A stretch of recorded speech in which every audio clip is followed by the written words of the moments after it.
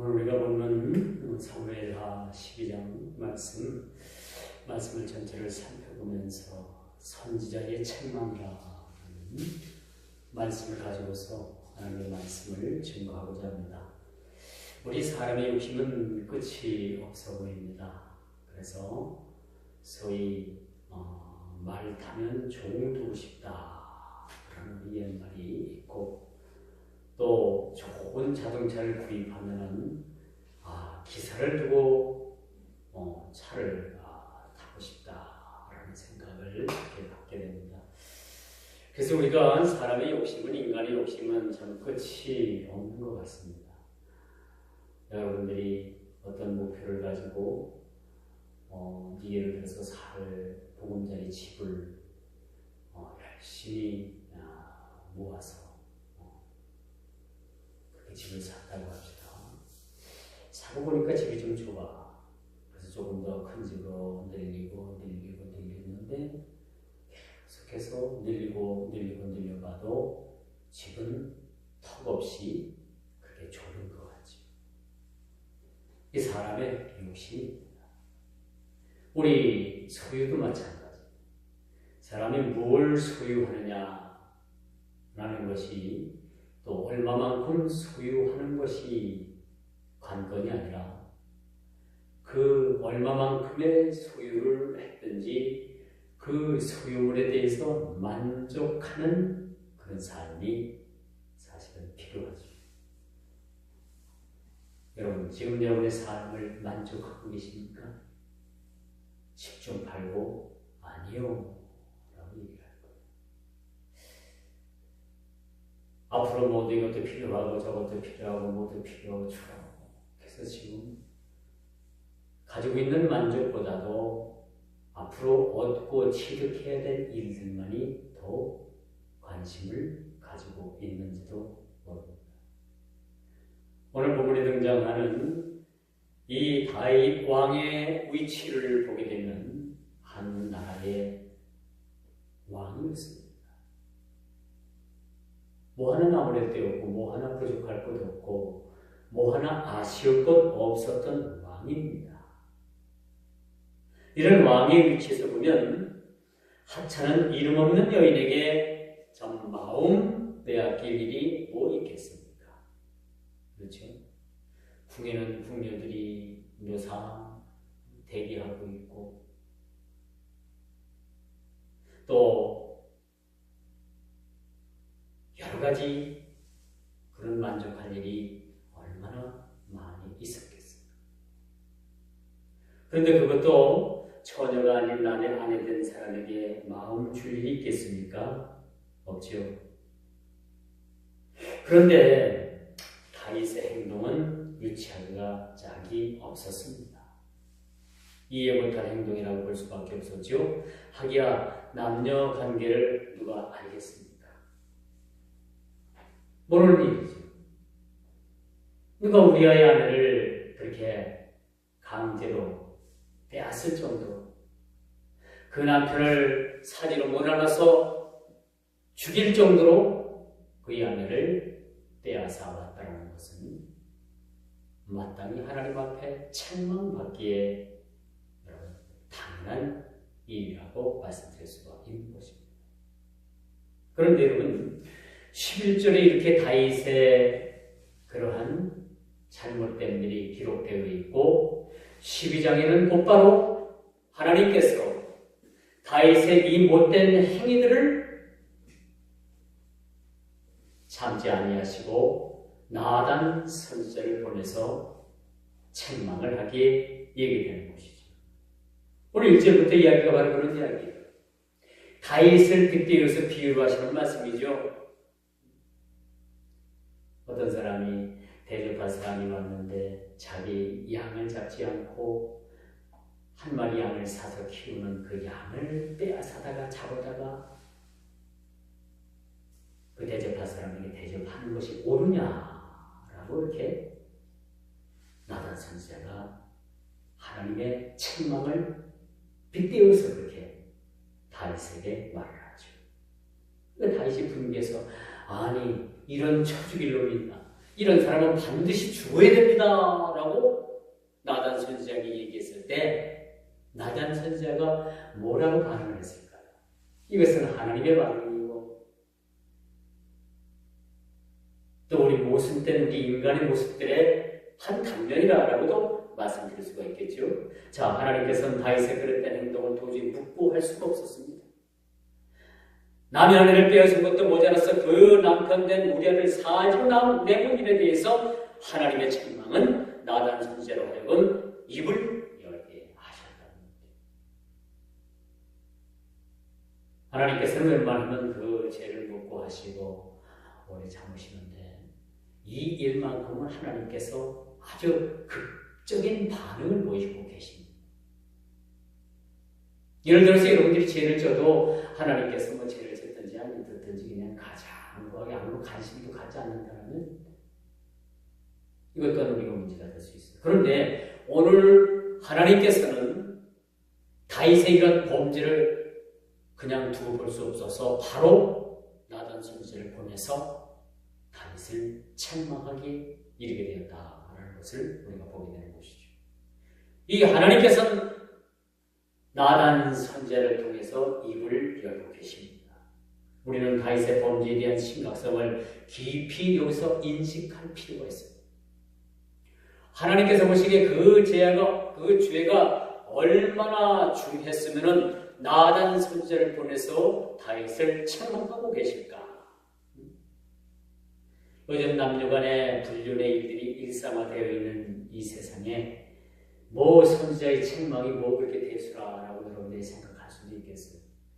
뭐 TV를 틀거나 영화를 보거나 뭐 드라마를 보거나 뭐 어디서든지 남녀간의 그 불륜에 대해서는 아주 뭐 그렇게 관대하게 아무 데서나 어디서나 누구에게나 일어날 수 있는 일이라는 아주 당연한 것으로 그렇게 세상 사람들은 떠듭니다.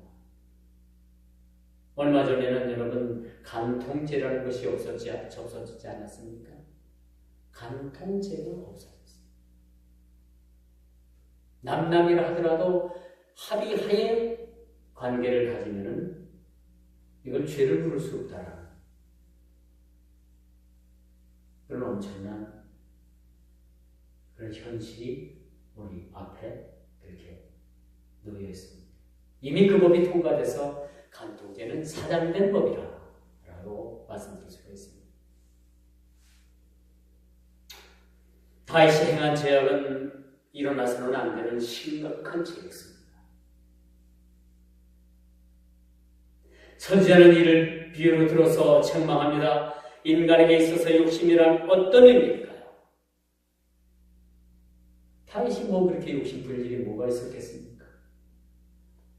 나라 다스리기도 바쁜 그런 상황에 그가 그런 죄를 졌다라는 것은 이미 다윗의 마음에 이젠 안도하는 마음을 가졌던 거예요.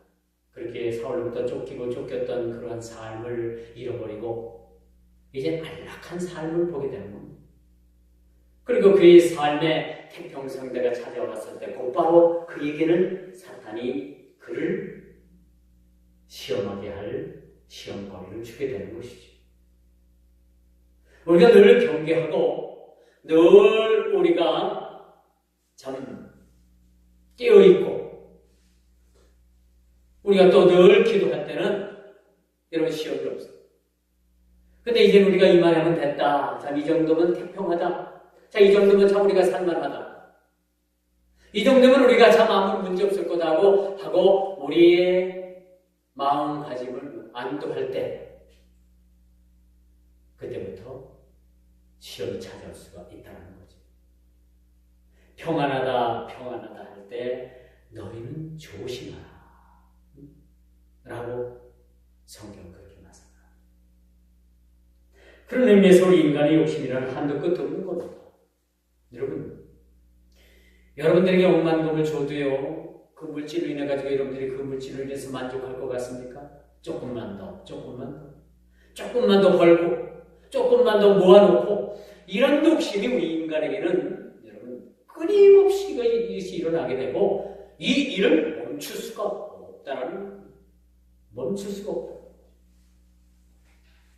그래서 벼 99성 가진 자가 한 성 가진 것은 자를 빼앗아 100성을 채운다. 그런 말이 있어요. 참 이것은 참 욕심이 잉태하게 된 거죠. 욕심이 잉태한 즉 죄를 낳고 죄가 장성한 즉 사망을 낳느니라. 우리가 하나님 앞에 이런 모든 욕심은 버려야 되는 겁니다. 특별히 우리 여러분 여러 가지 정욕에 걸린 이런 욕심 그 자체는 우리가 버리지 않으면 안 된다는 것은 여러분들이 깨달아 알아야 되는 것이죠. 세상에 욕심이 없는 사람은 과연 있을까? 욕심이 없이 살고 싶다는 말을 습관처럼 하는 사람들이 있는데 참 10중 8구는 다 위선이죠. 거짓말이죠. 내 자신을 내려놓고 내 자신을 내려놓지 않으면 내 자신을 비우지 않으면 결단코 여러분 우리가 그 욕심에서 우리가 해방될 수가 없다는 겁니다. 욕심 없이 산다고 하는 사람 말도 그 감춰진 속내는 사실은 알 수가 없는 겁니다. 진짜 욕심을 내려놨는지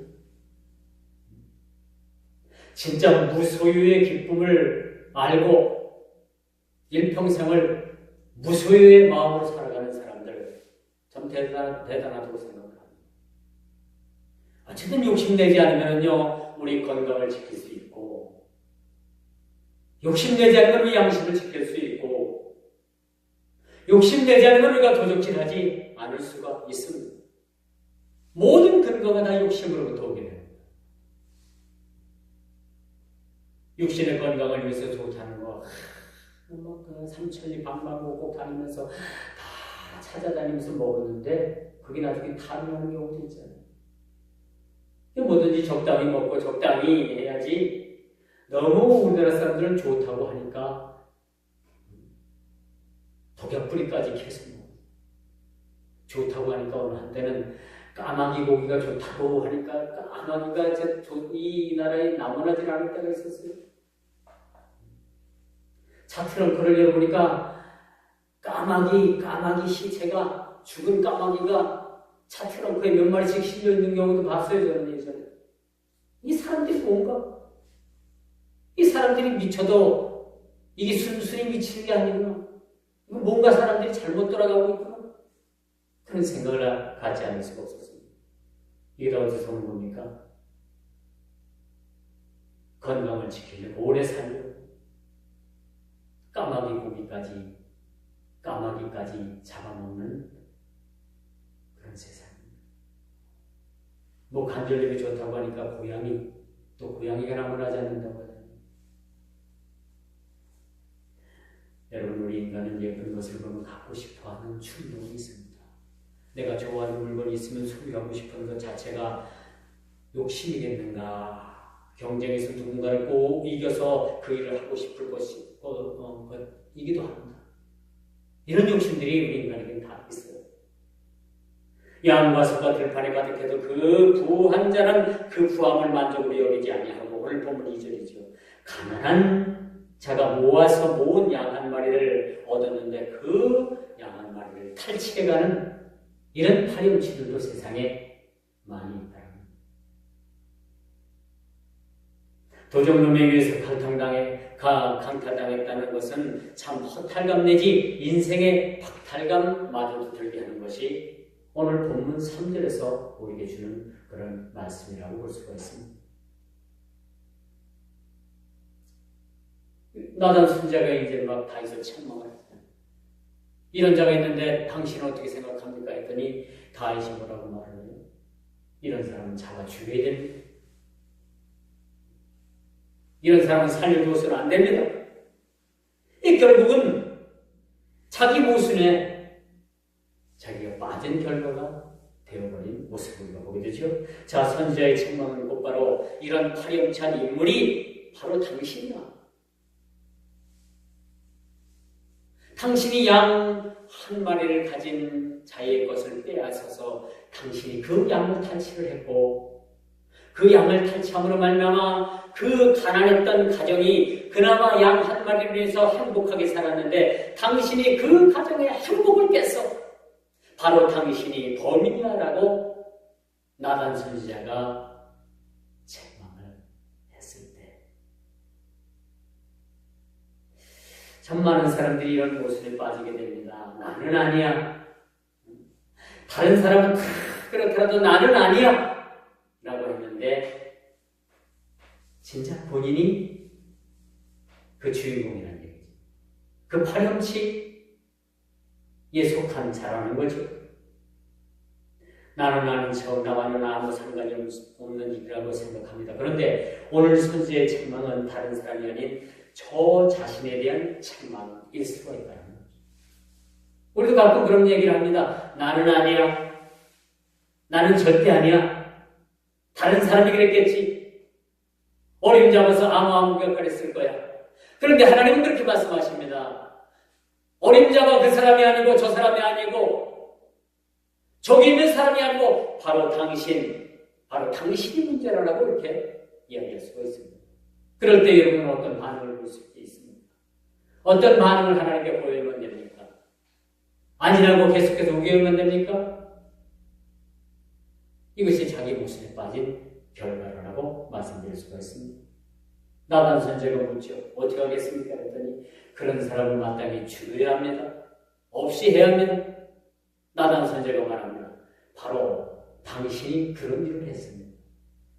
그럼 어떻게 해야 됩니까? 죽어야 되겠죠? 제거돼야 되겠죠? 벌을 받아야 되겠죠? 이게 자기 모순에 빠지게 된 결과라고 볼 수가 있습니다. 나는 아니라고 생각하고 내뱉은 말이 내 자신을 책망하는 일이 될 수가 있다는 거죠. 날카로운 지적과 함께 그 대답이 자신에게 대한 대답일 줄은 다윗은 꿈에도 몰랐다. 우리도 그렇습니다. 나는 아닐 거야. 다른 사람은 다 그래도 나는 아니야. 그럴 때 하나님께서는 우리에게 말씀하십니다. 아니야. 네가 잘못이야. 다른 사람이 아니라 너야. 그렇게 말씀하셨을 때 우리는 하나님께 어떤 반응을 보여야 되냐라고 우리 스스로를 한번 생각해 봐야 합니다. 미련에서 답을 가르쳐줘도 쓰지 못하는 결과와도 같죠. 자, 5절을 보니까 다윗이 그 사람으로 말미암아 하며 노하여 나단에게 이르되 여호와의 살아계심을 두고 맹세하노니 이 일을 행한 그 사람은 마땅히 죽을 자라. 자기인 줄도 모르고 자기는 꿈에도 생각 못했겠죠. 그렇다고. 그런데 나단 선지자는 오늘 당신이 죽을 사람이라고 그렇게 다윗에게 하나님의 뜻을 전해주는 모습을 우리가 봅니다.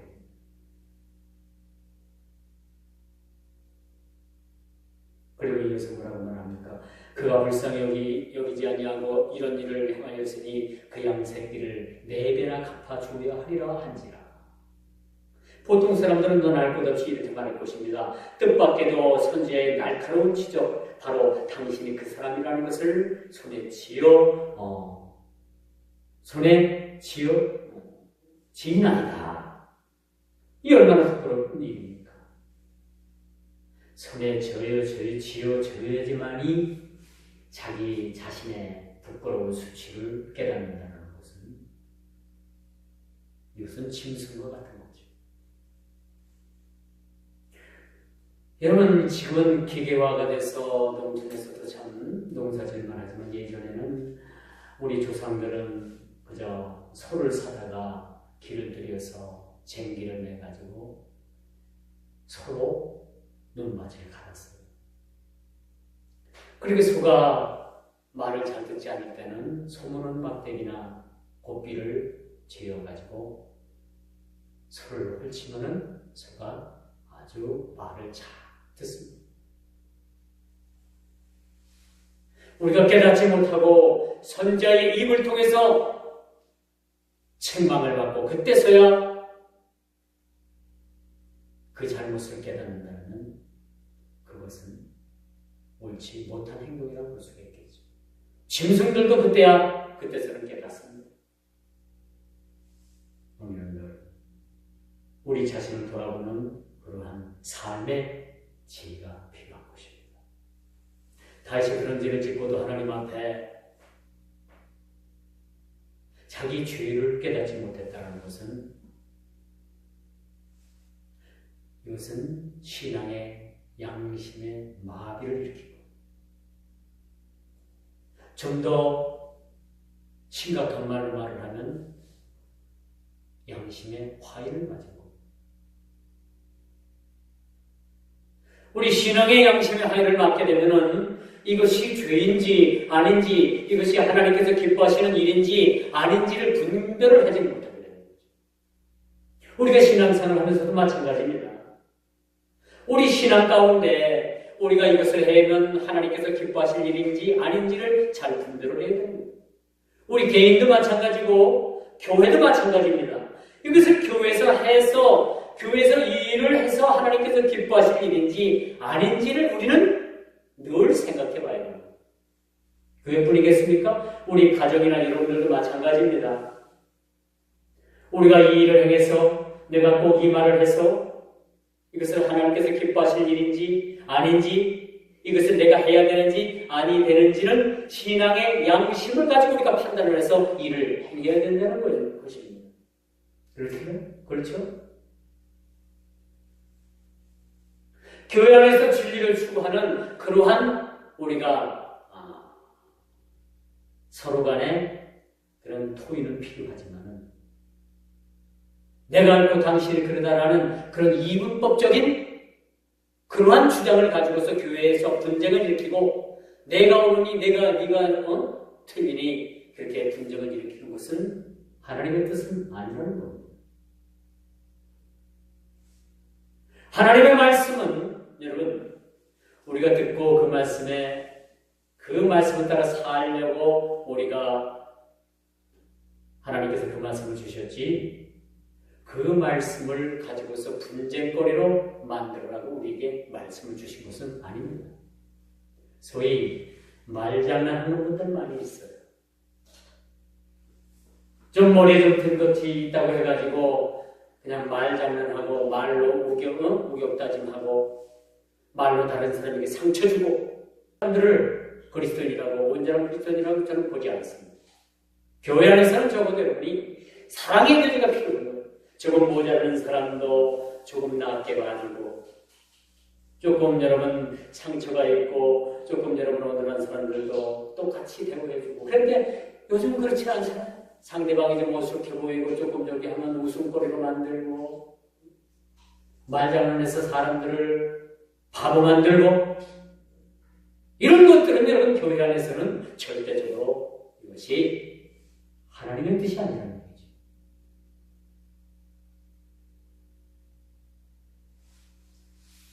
오늘 선지자의 지적을 우리는 깊이 이 말씀을 우리 가슴속에 새겨야 됩니다. 이것이 여러분 오늘날 다윗의 문제가 아니라 우리 문제라고 우리가 봐야 됩니다. 다윗에게 책망하셨던 그 하나님의 말씀이 오늘날 저와 여러분들에게 신앙의 양심에 비추어서 우리에게 주시는 말씀이라고 우리는 생각을 해 봐야 합니다. 우리가 꼭 그런 죄를 지었다고 여러분들에게 단정해서 그런 말씀을 드리는 것이 아니라 오늘날 이 말씀이 성경에 쓰여져 있고 글로 여러분 말씀으로 쓰여졌더라면 우리 자신을 이 말씀에 비춰서 우리가 우리 자신을 돌아봐야 해요. 우리가 이렇게 중한 죄를 짓고도 하나님 앞에 깨닫지 못하는 그런 무지함에 우리는 빠져 있는지 우리 자신을 한번 돌아보자는 얘기입니다. 우리가 깨닫지 못하면 이 얼마나 부끄러운 일이겠습니까? 자신을 부인하고 아니면 자신을 인정하고 만약 당신이 그 사람이라면 애써 우리가 부인하기에 급급한 것이 아니라 하나님의 선지자의 책망의 소리에 우리는 그 말씀에 귀 기울이고 내 자신을 돌아볼 수 있는 그런 자세가 우리 자신이 되어야 된다는 그런 말씀을 오늘 이 본문 기자는 우리들에게 또 하나의 교훈으로 우리에게 주고 있다는 사실이죠.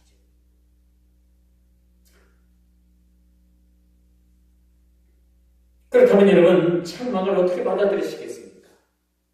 만약 여러분들의 다윗의 입장이면 여러분 어떻게 책망을 받아들이겠습니까?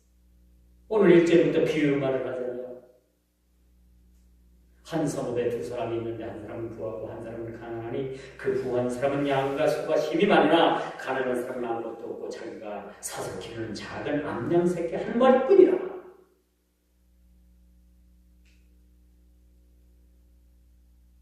우리가 필요한 만큼 필요를 따라 쓴다는 것은 참 좋은 일입니다. 이 성경에도 도적질하지 말라 이렇게 말씀을 하잖아요.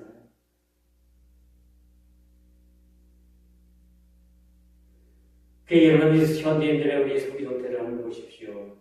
음식물 남아 그냥 막 버려지는 일들, 그죠? 멀쩡한 가구들이 그냥 막 버려지는 일들.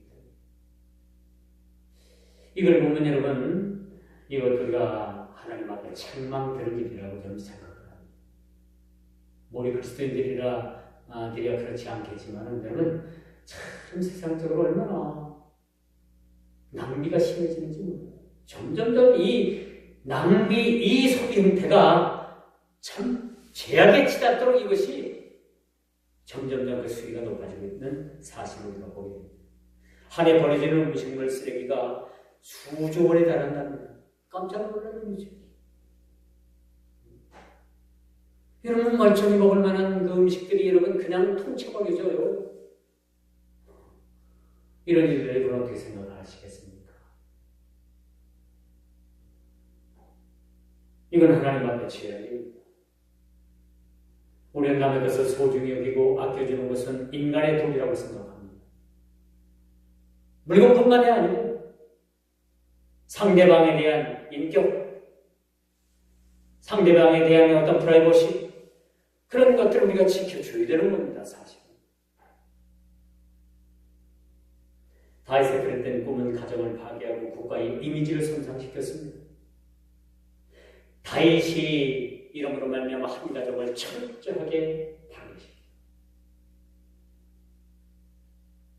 파괴시켰을 뿐만 아니라 우리아라는 이 충직한 하나님의 종을 그냥 죽게 만들었다는 사실.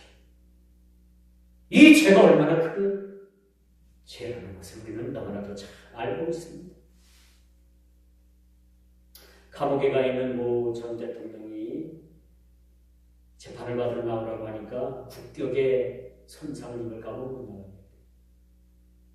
이미 그는 감옥에 가 있는 자체가 국격을 현저하게 떨어뜨렸다고 봅니다.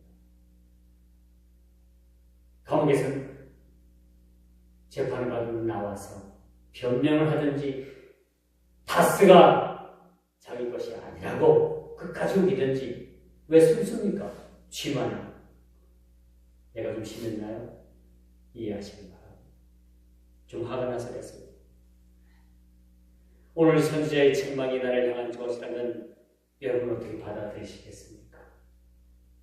재산을 덮기에 급급하시겠습니까? 아니면 있는 그대로 모두를 인정하시겠습니까? 어떻게 하시겠습니까? 드러난 죄에 대해서 덮으려고 애만 쓰겠습니까? 아니면 드러난 죄상에 대해서 여러분 인정하고 떳떳하게 깨끗하게 다 털고 새롭게 출발하시겠습니까? 오늘 다윗의 모습을 보십시오. 다윗을 보십시오.